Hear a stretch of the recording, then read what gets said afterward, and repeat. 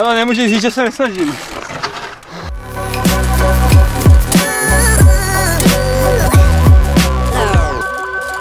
A naše blondětá komenta, legendary Mr. Freestyle, Mr. Tomáš Zejda.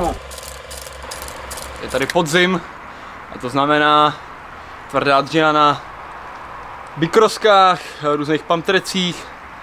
Trošku nám prší, ale to nevadí, takže trošku se tady najezdíme. Tady mám nový GoPro 9, to fakt šílený. Furt se v tom trošku hledám, protože toho nastavení tam hrozně moc. A do toho nový sponzor Horsfeder, návrat do hůdu. Je to asi 13-14 let.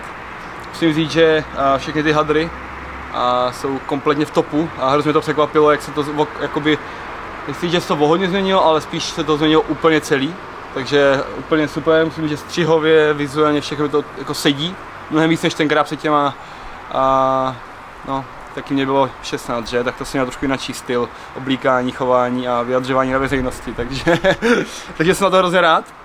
A je to teďka fakt čerstvý, takže měl jsem na sobě jenom pár modelů a těším se, až to všechno rozkouším. A hlavně mají super funkční věci, což je top, protože tohleto počasí je k tomu jak dělaný, protože jak člověk prochladne při tréninku, tak se pak bude zbytečně doma kroutit a nemůže trénovat dál. Takže GoPro je nastavený, asi. Nahodím a jdeme na to. Husky už je rozcvičený, takže dneska dáme i nějaký vláčky tady. Že? Tak jdem. Hop.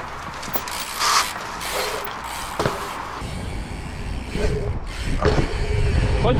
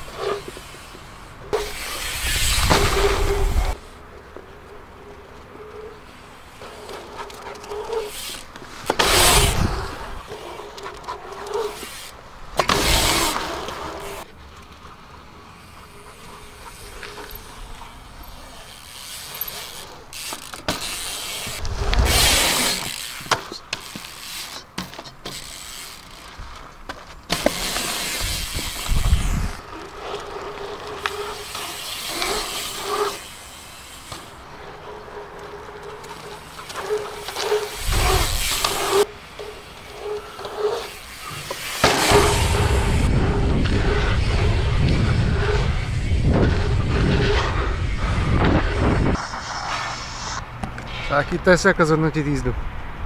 A já jsem z toho nadšený, jsem z toho hrozně nadšený, protože je fakt hnusně, ale přesto jsme tady, venčíme psa, natáčíme vlog, jezdíme na rychlo, zkoušíme triky, takže jako co víc si přát. A já myslím, že jako podzim je hrozně fajn v tomhle, že už měřím mikinu, není ti úplně nějaký extra vedro, takže úplně bomba. A když to člověk položí, tak máš chráněný lokty.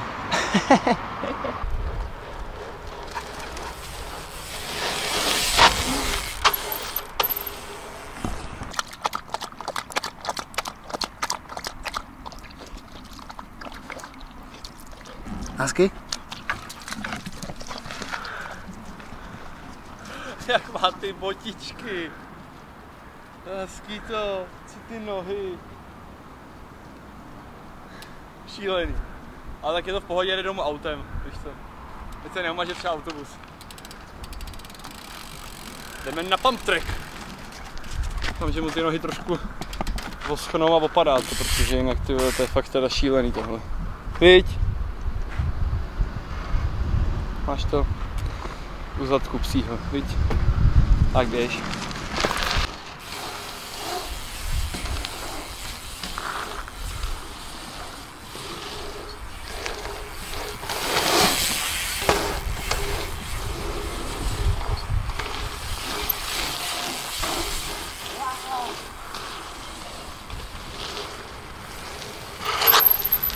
Husky běhá úplně na trať než já.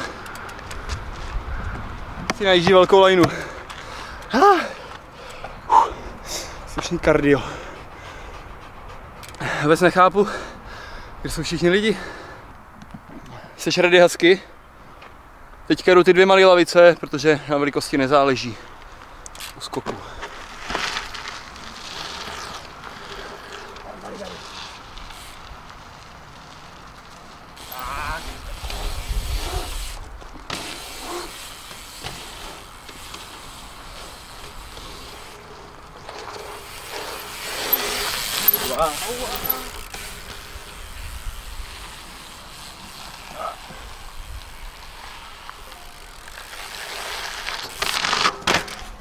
Tak, a jsem zase tady.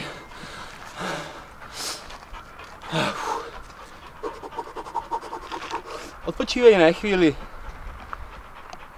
Neví, kdy přestat. To má po tobě, Pepo.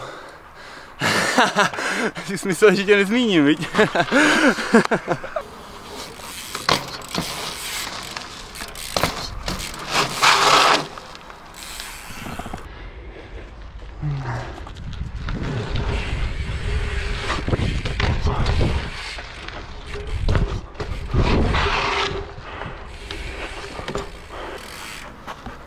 Píp, píp, píp, píp, píp. No, tak to si děláš srandu, ne, kámo? Co s tím jako teďka? Bys to nechápal špatně, to není zadarmo to oblečení. Jo? Si zaslouží něčím, tak se k tomu chovej nějak slušně. Hrozně. Taková zrovna moje oblíbená. To je prostě psy, no. Ničeho si neváží. Dostaneš večer granule. To je jasný. No.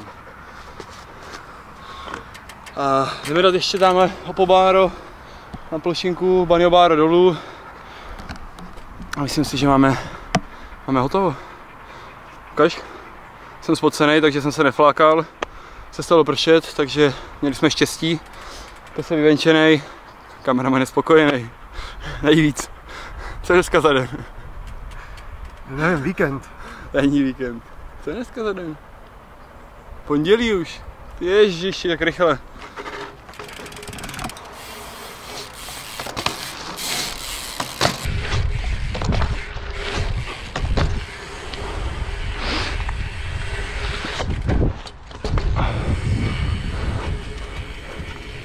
Já to mám.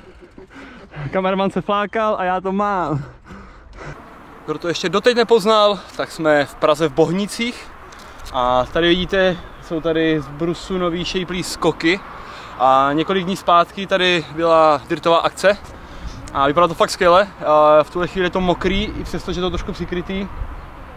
Takže to necháme na příště, protože tady nechceme zbytečně poničit. A doufám, že to stihneme dřív, než poletím do vesmíru, protože těch projektů mám letos víc. Takže uvidíme, jak to všechno časově bude zapadat. Ale hrozně se na to těším, vypadá to dobře, viděl jsem nějaký videjka z víkendu. Takže můžete se těšit na příští videjka, ať je to odsaď, nebo od tamletuď, anebo klidně možná něco bude i od tamletuď. Pes je vyvenčený, já jsem nadšený, kameraman je spokojený. Díky, čau!